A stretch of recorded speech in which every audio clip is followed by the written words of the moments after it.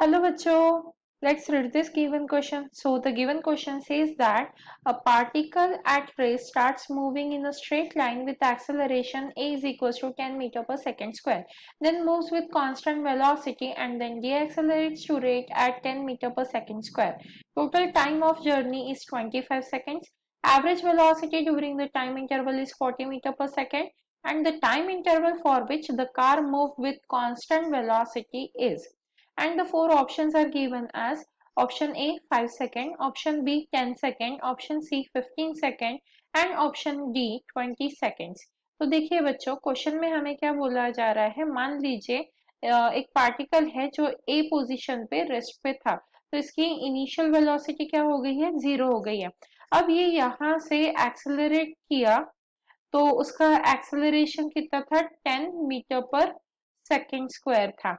फिर यहाँ पे मान लीजिए बी पॉइंट तक पहुंच गया ये, फिर यहाँ से वो एक कांस्टेंट वेलोसिटी के साथ मूव करा था। अब कांस्टेंट वेलोसिटी मतलब एक्सेलरेशन की वैल्यू होगी 0। अब ये पहुंच गया सी पॉइंट तक, सी पॉइंट से लेके डी पॉइंट तक फिर से उसका जो एक्सेलरेशन था वो क्या था, -10 मीटर पर सेकेंड स्क्वायर, विच मीन्स क्या था, ये डी एक्सेलरेशन था। और फिर वो पहुंच गया डी पॉइंट पे।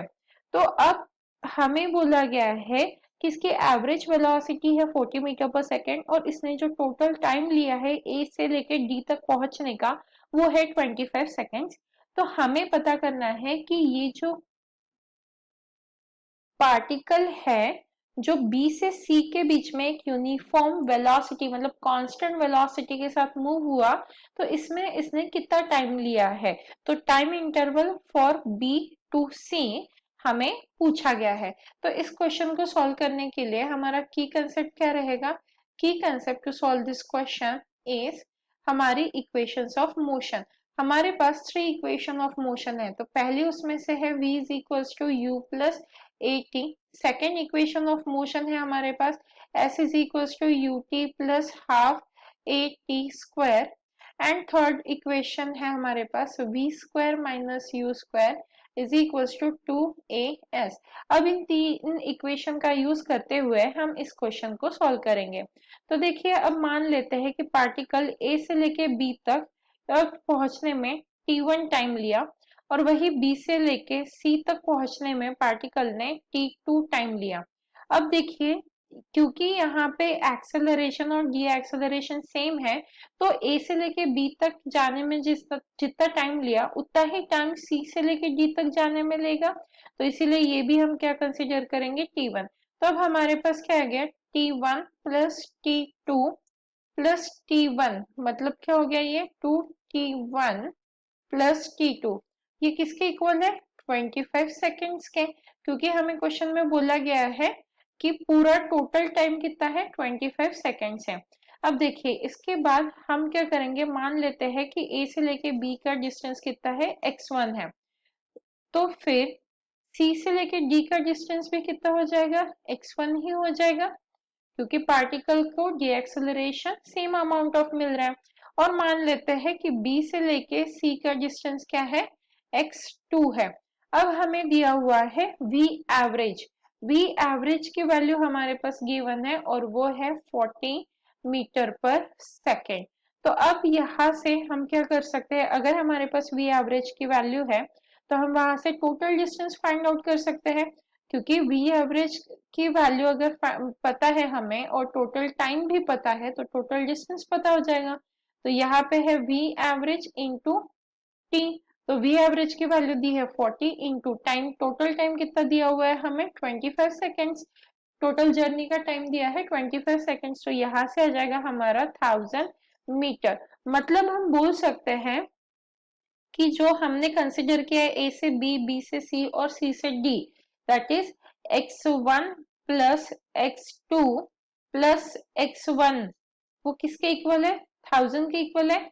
तो यहां से हमें क्या मिला कि twice of x1 plus x2 किसके इक्वल है, 1000 के इक्वल है। इसे मान लेते हैं हम इक्वेशन बी। अब देखिए, अगर मैं वेलोसिटी, यहाँ पे u की वैल्यू तो 0 है, अगर मैं b पे वेलोसिटी फाइंड आउट करूं vb, तो मेरे पास क्या आ जाएगा, a इंटू T1। अब ये कहाँ से आया मेरे पास, मैंने यूज की इक्वेशन 1 जो हमारे की कंसेप्ट में है। इनिशियल वेलोसिटी तो 0 है यहाँ पे क्योंकि पार्टिकल रेस से स्टार्ट हो रहा है, तो v इक्वल्स टू किसके इक्वल आ जाएगा, 80 के। तो एक्सेलरेशन है 10 और टाइम है t1, तो इसीलिए मेरे पास vb की वैल्यू क्या आ गई, 10 t1 आ गई। तो यहाँ से मेरे पास vb की वैल्यू भी आ गई है। vb का रिप्रेजेंट कर रहा है वेलोसिटी एट b पॉइंट, तो वेलोसिटी एट b मेरे पास आ गया है 10 t1। इसे कंसिडर करते हैं c इक्वेशन। अब देखिए मैं x2 की वैल्यू निकाल सकती हूँ क्योंकि मेरे पास क्या है, वेलोसिटी है। तो x2 इज इक्वल टू क्या हो जाएगा, vb इंटू t2। तो टाइम t2 लगा है वहां पे, तो ये आ जाएगा 10 ऑफ t1 इंटू t2। तो ये आ गई हमारी x2 की वैल्यू। अब वैसे ही हम अगर x1 की वैल्यू निकाले तो x1 इज इक्वल टू क्या हो जाएगा, ut plus half A T t1 square. यहाँ पर भी t1 रहेगा पर ये टर्म 0 हो जाएगी क्योंकि u की वैल्यू 0 है। तो यहाँ से x1 की वैल्यू क्या आ गई मेरे पास, हाफ a की वैल्यू है 10 और ये हो जाएगा t1 स्क्वायर। तो अब ये जो इक्वेशन है, ये जो वैल्यूज है x2 और x1 की, वो मैं किसमें सब्स्टिट्यूट कर सकती हूँ, b इक्वेशन में। सो यहाँ पे हम लिख सकते हैं putting value in b equation, putting values in b। तो हमें क्या मिल जाएगा, अगर हम b में इक्वेशन को सब्स्टिट्यूट करेंगे तो हमें क्या मिल जाता है यहाँ से, देखिए twice of x1 plus x2 is equal to है 1000 हमारा। तो x1 और x2 की वैल्यू सब्स्टिट्यूट करते हैं तो ये आ जाएगा 2, यहाँ पे है half 10 into t1 square plus x2 की वैल्यू क्या है हमारे पास, x2 की वैल्यू है 10 t1 t2, ये किसके इक्वल आ जाएगा, हमारा 1000 के इक्वल आएगा। तो यहाँ से 2 और 2 कैंसिल हो गया, यहाँ पर भी 10 है, यहाँ पर भी 10 है और यहाँ पर भी 10 है, तो 10 को कॉमन ले लेंगे तो बचेगा क्या हमारे पास, t1 square plus t1 t2 is equals to 100। तो ये आ गया हमारे पास इक्वेशन। पर हमारे पास एक और इक्वेशन है t1 और t2 के लिए, और वो है t1 और t2 twice of t1 plus t2 equals to 25। तो अब इस ए इक्वेशन का हम यूज करेंगे। यहाँ से मुझे क्या मिल जाएगा, t2 की वैल्यू मिल जाएगी, t2 इज इक्वल्स टू क्या हो जाएगा, 25 माइनस ट्वाइस ऑफ t1 मिल जाएगा। तो अब मैं इस इक्वेशन का यूज करूंगी यहाँ पे और वैल्यू सब्स्टिट्यूट कर दूंगी। तो अब देखिए t2 की वैल्यू क्या है मेरे पास, from equation 1, sorry from A, t2 की वैल्यू क्या है मेरे पास, t2 is equals to 25 minus twice of t1।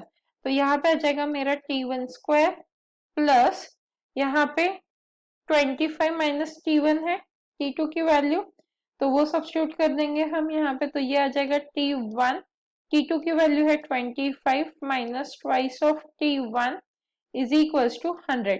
अब इस इक्वेशन को सॉल्व करना है, ये हो गया t1 स्क्वायर प्लस ये हो गया 25 ऑफ t1 माइनस यहाँ पे हो जाएगा twice of t1 square is equals to 100। तो ट्वाइस ऑफ t1 स्क्वायर, तो ये आ जाएगा हमारा minus of t1 square plus 25 t1 is equals to 100।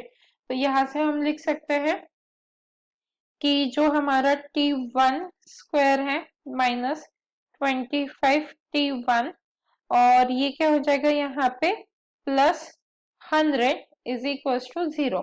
अब हमें क्या करना है, इस क्वाड्रेटिक इक्वेशन को सॉल्व करना है। तो अब इस क्वाड्रेटिक इक्वेशन को सॉल्व करेंगे फॉर्मूला मेथड से। तो हमारा फॉर्मूला मेथड क्या होता है, minus b plus minus under root of b square minus 4ac by 2a।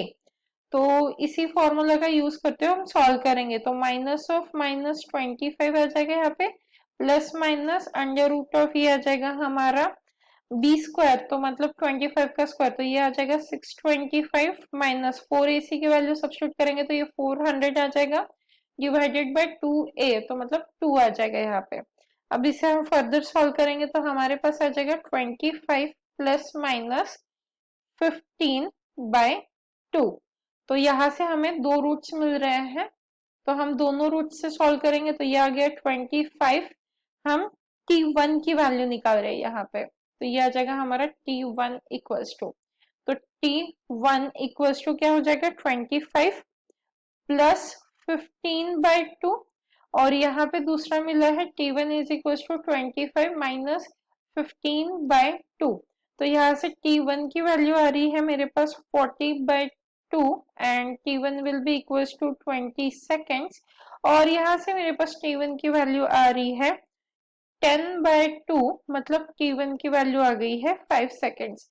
तो अब आप देखिए मेरे पास दो t1 की वैल्यू आई है, पर मुझे निकालना क्या है क्वेश्चन में मुझे बोला गया है कि ये जो टाइम इंटरवल है t2 उसकी वैल्यू फाइंड आउट करो। तो अब मुझे t2 की वैल्यू इस इक्वेशन से मिल जाएगी, t2 is equal to 25 minus 2 of t1। तो अब t1 की दोनों वैल्यू सब्स्टिट्यूट करके हम t2 की वैल्यू निकाल सकते हैं। तो t1 की एक वैल्यू है 20 सेकेंड्स, दूसरी वैल्यू है 5 सेकेंड्स। तो चलिए फाइनली हम t2 की वैल्यू फाइंड आउट करते हैं। तो t2 क्या आ जाएगा हमारा, t2 इज इक्वल्स टू, ये आ जाएगा हमारा 25 माइनस 2 इंटू 20, जब हमारी t1 की वैल्यू 20 सेकेंड्स है उसके लिए। एंड यहाँ पे हम लिखते हैं t2 is equal to 25 minus 2 into, यहाँ पे आ जाएगा हमारा 5, जब हमारी t1 की वैल्यू आई है 5 सेकेंड्स। तो अब दोनों के लिए सॉल्व करेंगे तो यहाँ पे आएगा t2 is equal to 25 minus 40, मतलब t2 की वैल्यू आ गई हमारी माइनस 15 सेकेंड्स। अब टाइम तो नेगेटिव हो नहीं सकता है, मतलब ये क्या है, नॉट पॉसिबल है, तो ये वैल्यू होगी नॉट पॉसिबल।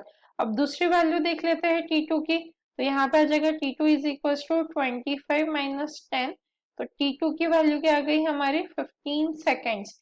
तो ये हो जाएगा हमारा फाइनल आंसर। क्वेश्चन में हमें क्या बोला गया था कि जब पार्टिकल यूनिफॉर्म स्पीड से कांस्टेंट स्पीड से जा रहा है तब उसने कितना टाइम इंटरवल लिया है। तो इसकी वैल्यू हमारी आ गई है 15 seconds, which means option C is the correct answer. Hope you understood it well. Best of luck.